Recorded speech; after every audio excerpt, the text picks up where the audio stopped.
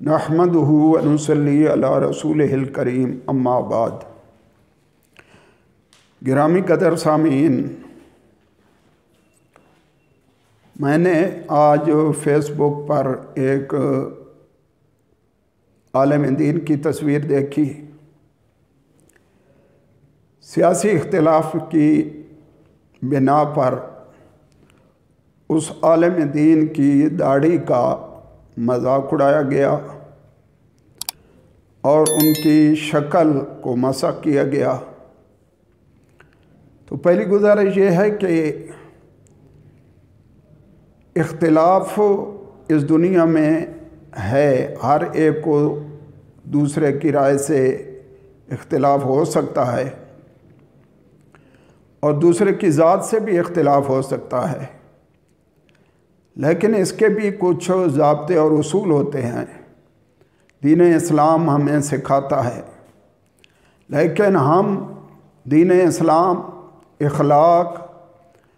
اور تہذیب کی حدیں توڑ کر اس غلاظت کے مقام پر جا پہنچے ہیں جس سے یہ یقین ہونے لگتا ہے کہ ایسی حرکات کرنے والے یہ ان کے خون میں شک ہے اور یقینی طور پر ان کا خون مشکوک ہے۔ شعائر اللہ کا احترام قرآن کا حکم ہے، وَمَن يُعَظِّمْ شَعَائِرَ اللَّهِ فَإِنَّهَا مِن تَقْوَى الْقُلُوبِ، کہ جو شعائر اللہ کی تعظیم کرے گا تو یہ علامت ہے اس بات کی کہ اس کے دل میں اللہ کا خوف اور ڈر موجود ہے۔ تو داڑھی یہ ہمارے پیارے نبی حضرت محمد مصطفیٰ صلی اللہ علیہ وسلم اور سارے انبیاء کی محبوب سنت ہے،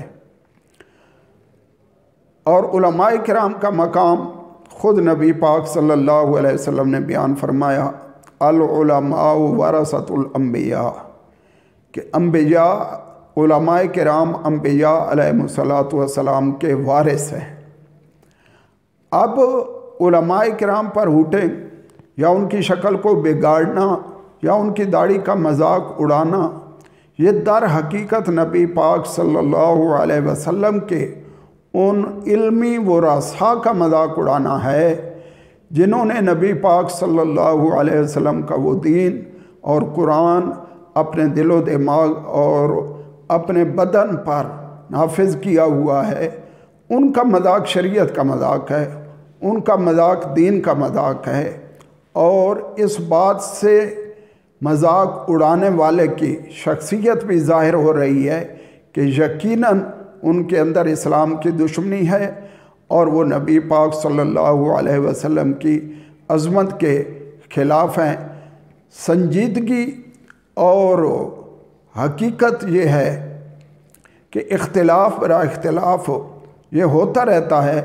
لیکن اس طرح بیہودہ حرکات کرنا انسان کی اپنی شان کو کم کرتا ہے۔